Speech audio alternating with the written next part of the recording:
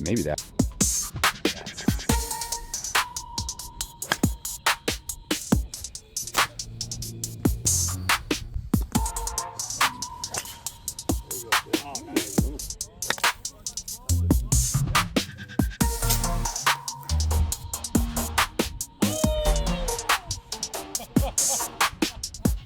Hello and welcome to another action-packed video here on the Golf Menace YouTube channel, your #1 source for middle-aged men playing mediocre golf. Today we got a big video for you. This is the first individual tournament of the year. That is Al right there, basically summed this up saying, everyone don't get too drunk tonight. Make sure you show up at the course tomorrow at 8:30 so we can get everyone signed in and ready to play. This tournament has 130 players in it this year. It's down a little bit from the previous years, but there's still a lot of good competition, and we are going to get right into this round after a couple of practice swings. This is going to be a fast-moving video. I have 4 players in my group: myself, my cousin Tim, my buddy Drew, and my uncle Daryl, and we are going to smash in all of our rounds into this half-hour video, so let's go ahead and get right into it.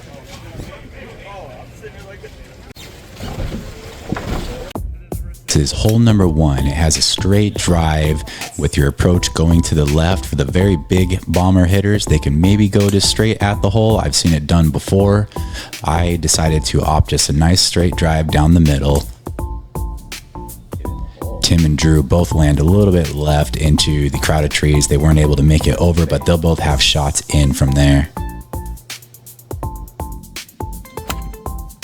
There you go. Just get there. So after a good drive, I left myself in a perfect position, 68 yards to get to the hole. Quite nervous at this point still. This tournament has been my kryptonite over the last few years. I think I've played this tournament 4 times in the previous years. First year was one of my better years. I had an 88, which was a pretty good score for me at that time. The following 2 years, I shot over 100 both years. I think I just partied a little too hard both those times. And last year, I shot another 88. So target score today, hoping to get something in the mid to low 80s. I feel like that would be pretty good for where I'm at right now, especially this being an individual tournament with all the nerves. Right now, I missed my par putt. I was able to get that third one onto the green. That is a bogey for everybody in the group. We all are starting out at 1 over. This is hole number 2, pretty similar to hole number 1 as far as the design of the hole, except for a little bit longer. This one requires a straight drive. There's no chance of reaching the green in one unless you can hit it like 350, 400 yards. I end up hitting mine down into the left rough. Didn't get a whole lot of distance. My approach here is a little bit short of the green. I got about 10 yards still, a little bump and run coming up. Drew and Tim both end up hitting this same tree that you see that ball go into, so they are both taking their third shots from under that tree. Tim gets his just on. Drew actually thins this and ends up hitting it over the green, so he's in some trouble right now. I opted to use a putter here. After what happened on the first hole, I'm just a little bit nervous with these touchy around the green chips. I thought that the putter was going to be the right move, but the fairway was a lot stickier than I anticipated. I barely even got it onto the green. I take my fourth one for a par here and blast it by. I'm going to have about 5 to 6 feet with a little break to it coming back just to get a bogey. Turn in. So this is Drew's bogey attempt. He's making a mess of this hole right now. He had that one that went over the green, just got it on. This green is pretty undulating from back to front. It has a pretty good movement to it, so he was a little worried to blast it too far by. He's going to have his next putt here for a double bogey. Unfortunately, he leaves that one on the rim. That is a triple bogey for him. So Daryl parred the hole. Me and Tim both bogeyed.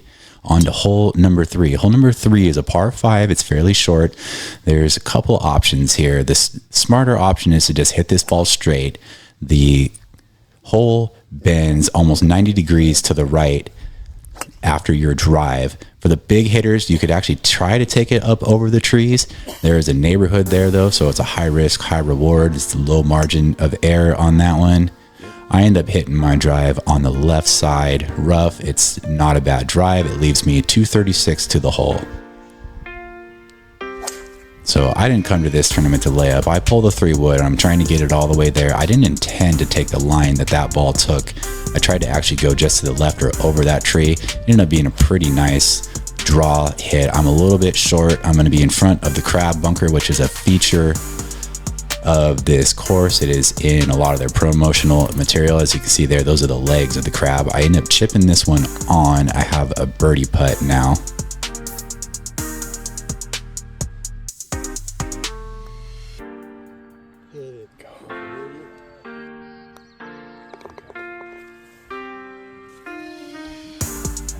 So Daryl having a little bit of a rough hole after a bad first shot. I end up getting a par on this one. I am now 2 over. Tim is 3 over. Daryl is 3 over. And Drew is 4 over. This is hole number 3. This is a par 3. It has the appearance that it's uphill, but after we shot it, there's no regulations on slopes or anything on this. We did shoot it with the slope, and it was only about 1 yard further, so it's a little deceiving, but kind of a tough green. This pin is tucked in the back left. Daryl hits a fantastic shot there just over the flag. It's a little bit long. Tim shanks this one to the right. I end up duffing mine, and I'm a little bit short, so I'm going to have a lot of work to get up and down.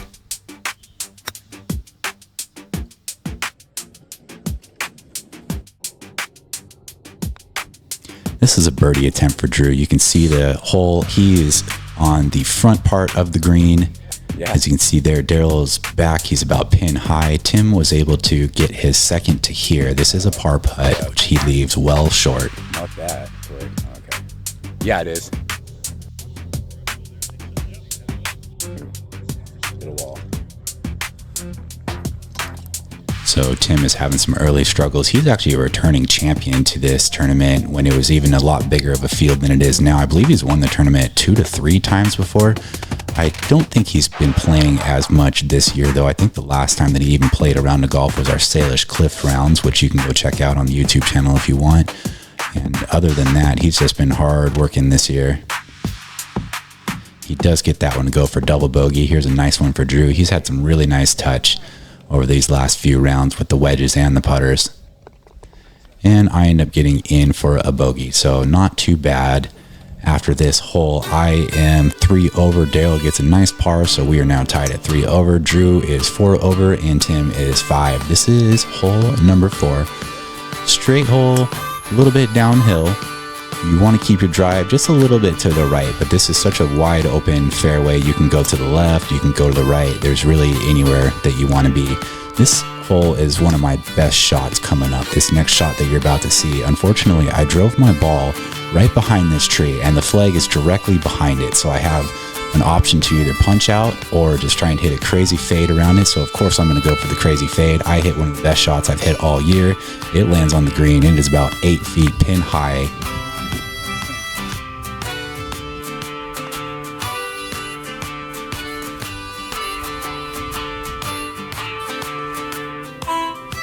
Come on.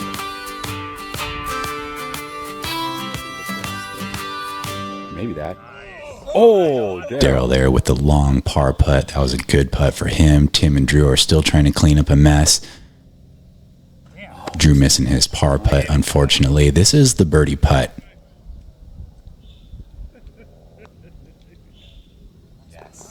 Right in the center of the hole. Very happy about that. This round is starting to get exciting. Definitely thinking I can maybe go sub 80 today, but still just trying to get in the low 80s is the goal. Here is hole number 6, par 5. It says 439. I feel like it plays longer than that. This is coming back from where we just came from, so hole number 5 is to our left. Hole number 7 is to our right, so pretty open drive on this one.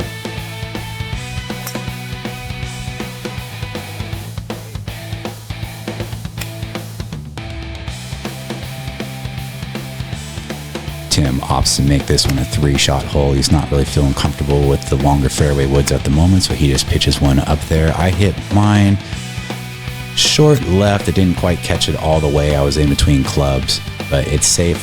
Pitching this one on, I will have a shot for a birdie right here out of the rough.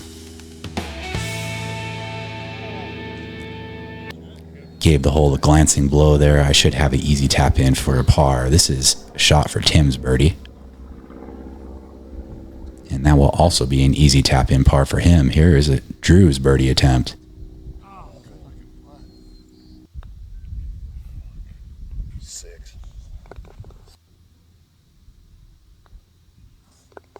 So there we go.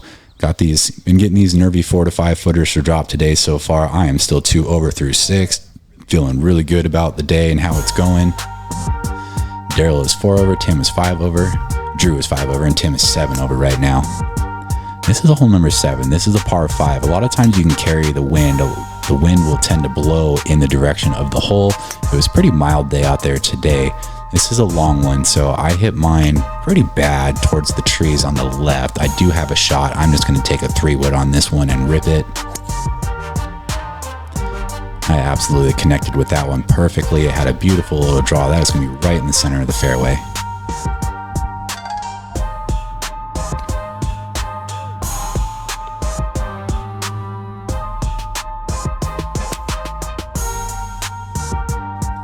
I don't remember if I pulled a 5-iron or a 6-iron on that shot, but I did pull it a little bit to the left, and fortunately I am green high, but I have a very tricky chip coming in, and I just duffed this one. I get under it. The green was running away from me, so I tried to be very cute with that one. It did not work. I'm having to go out of the bunker now. This is shot number 5. Wanted to make sure I safely got out, so I did hit it by the hole. This is my bogey attempt coming back. Hit it a little bit strong, leaving myself a little more work than I was hoping to do for a double bogey. Tim running that birdie putt just by. As does Daryl. This is my double bogey attempt here. Trying to minimize the damage. Not sure what got to me, but that's a triple bogey. That's very unfortunate after the start that I had. That brings me back to the pack at the moment. I am 5 over, Daryl is 4 over, Drew is 6, and Tim is 7 over currently. This is hole number 8. This is a short par 3 with a very difficult green in my opinion. It runs from left to right and back to front. The flag is in a good position to go at today. It's on the front left. Tim shanks another one over to the right into the neighborhood, but he actually is able to find that and get a club on it. Daryl and I wasn't able to track this shot for some reason. It was breaking the tracker, but Daryl and I both end up in a bunker on the left side of the green. Very difficult to come out. Daryl has a lip to contend with. Really wasn't much he could do there. He gets his second one out. That's my ball, as you can see in the corner of the screen. Hit a really nice chip out, actually. Still got about 5 to 10 feet, somewhere in there for a par putt.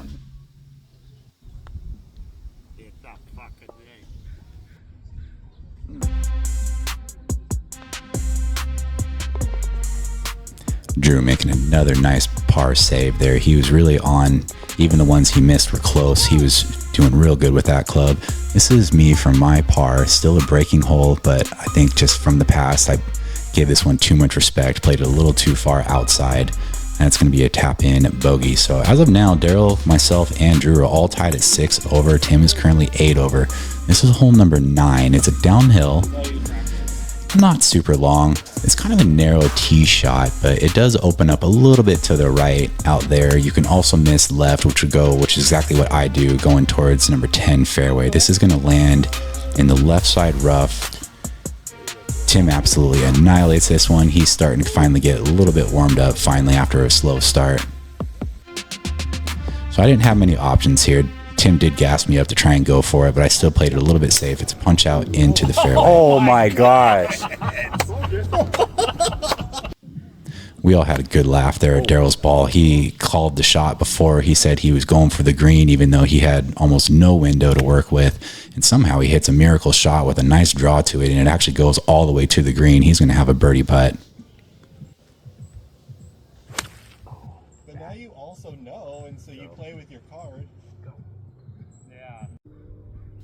Just got a little under that approach there. This is shot number 4 to try and save my par, or at least get close enough to have a tap-in bogey. This is Daryl for his birdie. This is where his ball landed. That was a fantastic shot, probably one of the shots of the day. So Drew ends up, unfortunately, had a great drive. He thinned his second one over the green. He's coming now from somewhere in between Come on. hole 1 and Oh. our green at hole 9. Playing it a little safe there, left it short. This is his putt for a par. Again, gives it a good go. Runs it by a little further than he was hoping.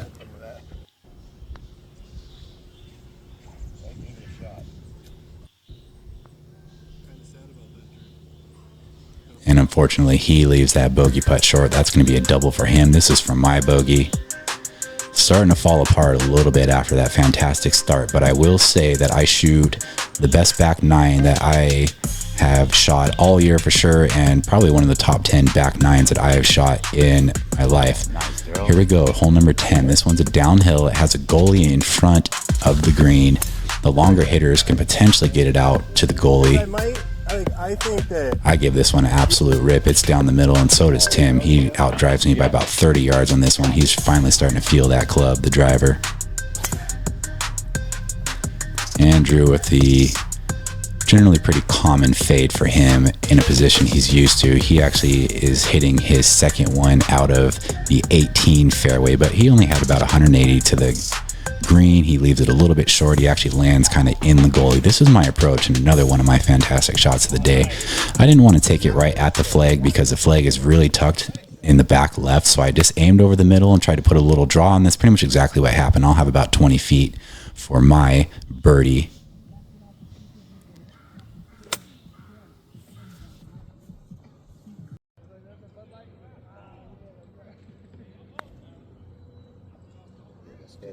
Hit it.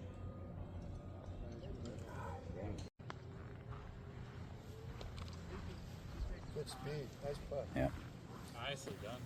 So out of a troubled second shot, Tim chips up to that one. That was his putt for a par. He gave it a good go. There's Drew again, dropping another casual 7-foot, 8-foot putt.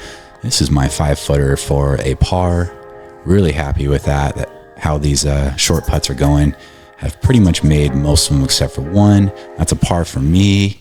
On to hole number 11. This is a par 3. This one plays really short at times. They redid this tee box last year. So last year when we played this hole, it was only about 90 yards. This year it's playing at 138.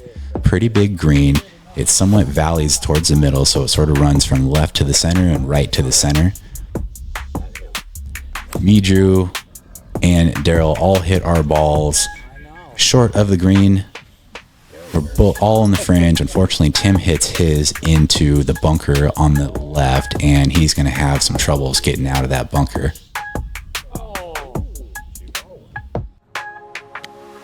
Oh, how you? He catches this first one clean and goes all the way into the back bunker. So now he's coming out of the back bunker. He caught that one a little cleaner than he was hoping. Oh, no.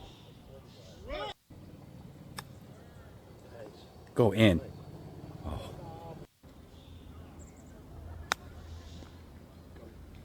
So Drew, Daryl, and I are now all on the green. We're all going to be having some par putts.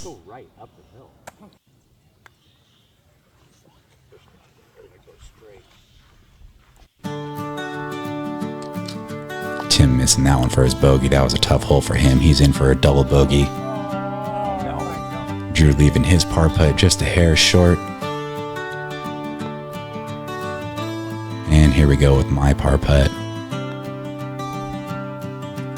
Overplaying the breaks a little bit again today. I'm not sure if it's the greens or my reads, but I've overplayed both of my misses. All three of my putting misses have been just giving the break too much respect. That's Tim just to try and make himself feel a little better, but he had a double. So right now, Daryl's 8 over, I'm 9 over, Drew is 10, and Tim is 11 over, I believe. This is hole number 12. Fairly narrow tee shot, but it's a shorter hole. It's way uphill once you're trying to go towards the green. I end up punching this one right out into the middle, as does Tim. He's really working that driver now. I ended up messing up the recording for Drew's drive. I accidentally double tapped the record button, so I turned it off and on right away, or off, on, then off. He is to the right side, as you saw there. Had a pretty good hit. He's a little short still. This is Tim from way back for his birdie.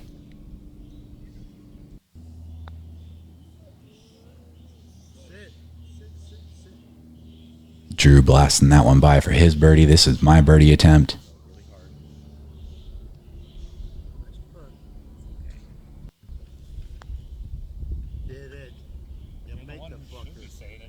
And Daryl leaving his par putt a bit short. This is Tim for his par. Now he's getting that putter working. He's starting to get warmed up. Drew sinking another 8-footer for a par save. He's really on with that club right now. And I tapped my short one in for my par. So I'm currently 9 over. Daryl's 9 over. Drew is 10. And Tim is 11. This is hole number 13. It's a short par 4. I've never seen anybody drive it before, even though it says 305. But it's pretty open. You can miss left, you can miss right. You still got a lot of fairway. The only obstacles really are the trees that you can see on either side of the fairway.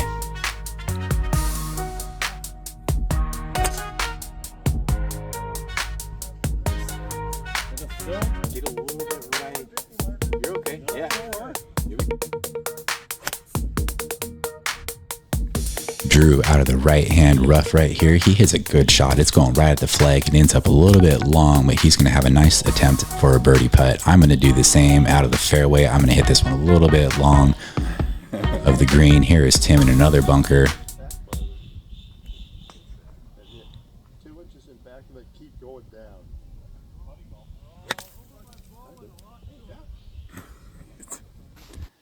At least he is out of there. Daryl and I have very similar birdie putts. I get to go to school on his.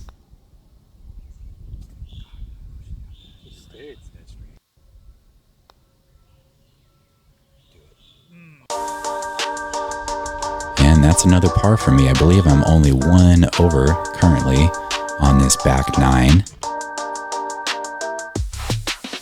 On to hole number 14. This is the long drive hole. There's an actual contest for the long drive out here. Daryl's going to hit his pretty good out to the right side rough. It is OB out to the left, so it's a little bit nerve-wracking to try and go straight down the center of this fairway. I always tend to just air towards the right because I've never made this green in 2 shots before, so it's always been a 3-shot hole for me to get to the green.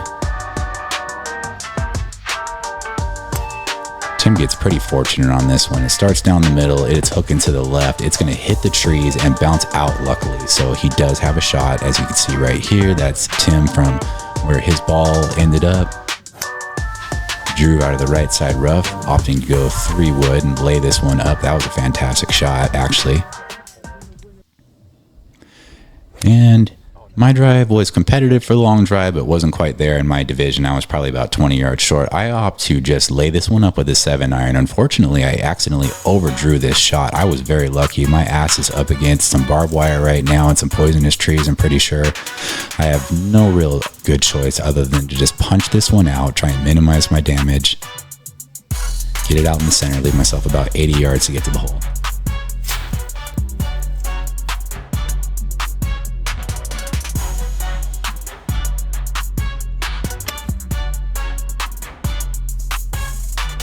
So I did successfully get this one back out into the middle. Unfortunately, I overcooked this approach by a little bit. I'm on the back right of the green. I'm going to take the longest route to the hole as far as putting. Drew ends up in this bunker. Unfortunately, he was too touchy with that first one and still in the bunker. Takes this shot here on this par 5 to get out.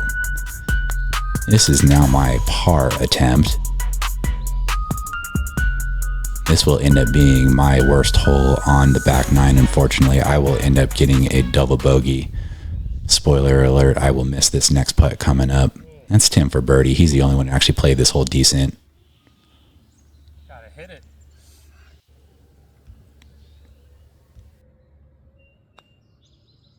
Oh, it does go that way. Shoot. Played it straight. And again, overplaying the brakes. I expected that one to break a little bit to the left, but it pretty much just stayed straight. So we got a pretty good match going. I'm 11 over, Daryl's 11. Drew and Tim are both 12. This is hole number 15. It says 378, but it doesn't feel like it plays all that long. Again, pretty open with your drive. As long as you get it out there far enough, you can be right, and you would be in hole 14 fairway. If you go left, which is kind of what Daryl does, you end up in 16 fairway.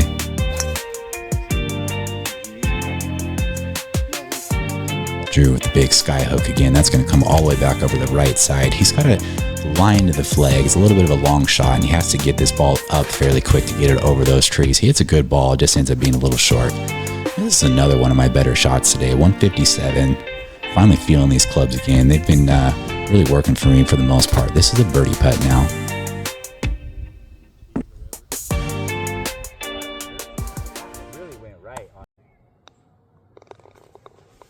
And just how we like it, that was an easy one-handed tap in for a par. I am good to go on this hole. Drew here for his par. Runs that one by.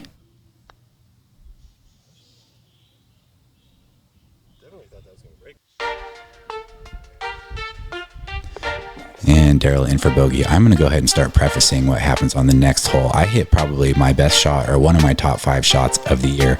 This is a par 4. It's not really a driver in my opinion, even though Drew and Daryl both went with the drivers. They ran it all the way out as far as they pretty much could. Tim shanks this one off to the right. I'm going to opt to hit a 5-iron. I'm only trying to hit this one about 200 down the center, trying to give myself about a 140 approach. Unfortunately, I walked up to this tee box like a boss, just threw my ball down, didn't tee it up, and I ended up duffing that. And even though the shot tracer looks nice, it was not very good. I have 235. You can see it's very narrow up towards the hole, but I'm going to go ahead and rip this with this 3-wood. High risk, high reward shot. I said about a 5% chance I'm getting on the green.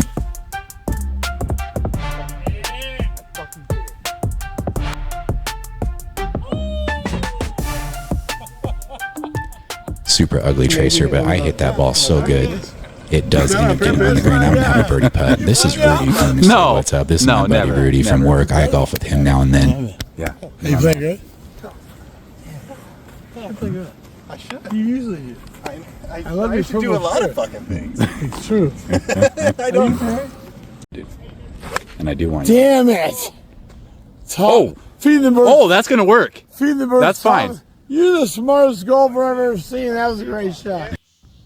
That was Rudy and me giving Tim some words of encouragement. He shanked that second ball so bad it actually landed on the tee box for hole number 14, I believe, or one of the holes that we previously played. He actually has an open line to the flag that he's going to have to chip onto the green from there. This is my birdie putt after that amazing 3-wood. And that is another par for me, just kind of stringing them together all of a sudden. I think I had a nice little turn and a bar run at the end of the 9, got myself right for this back 9. Just trying to keep the train on the track was my main goal, but I actually started playing some pretty good golf.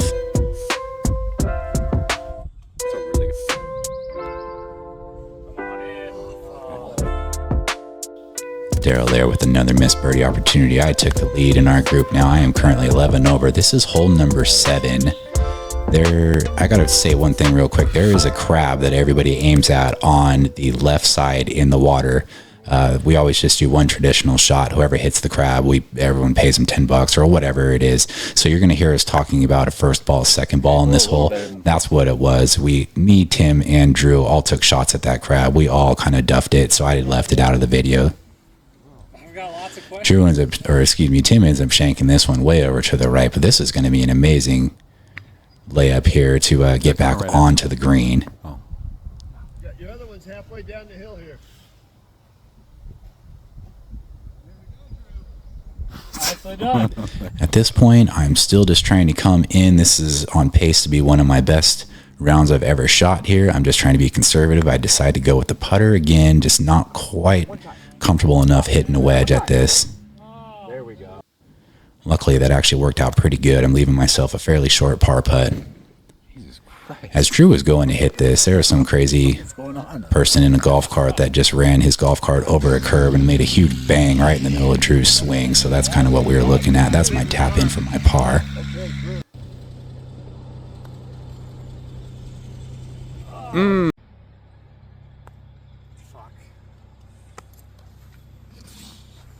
Smoke another one, bro. Oh my god. You have a putt off? So Drew wasn't quite able to recover after that chip. I'm currently 11 over. We are going into hole number 18, our last hole of the day. This one is not necessarily a dog leg to the right, but the green is hidden by those patch of evergreen trees that you can see in the distance where my ball is currently going. This requires just a nice drive Some people are going to go 3-wood or even iron. I like to go with the driver and try and get aggressive. That way I have a line of sight to the flag, which is exactly what I was able to do.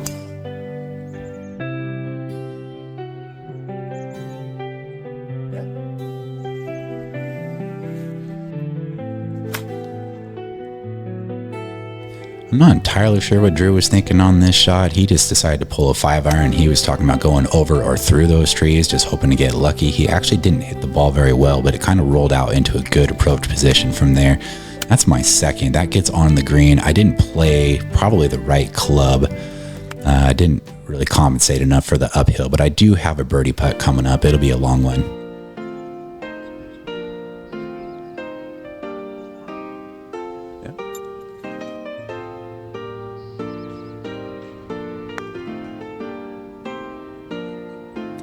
This was really not a very good attempt by me. I was a little bit nervous to blow this one by. I still have such a good round going. I don't want to do anything too wild. This is Daryl for a par putt, and he nails that one. That was a great putt. He ends his day at 12 over. I'm going to need this next putt to beat Daryl. If I miss it, then I'm coming in as a tie. There's Tim for his par. It hits the lip. So here we go. Here's my par attempt. Still feeling nervous. Leave that one short, but that's 12 over a day for me, and I'm actually really happy with that. I shoot at 84. That's my lowest round at this course and in this tournament. And yeah, feeling pretty good. I'm going to use this as momentum going forward. So anyone who watched this, thank you for watching. We got tomorrow's scramble round coming up in the next video.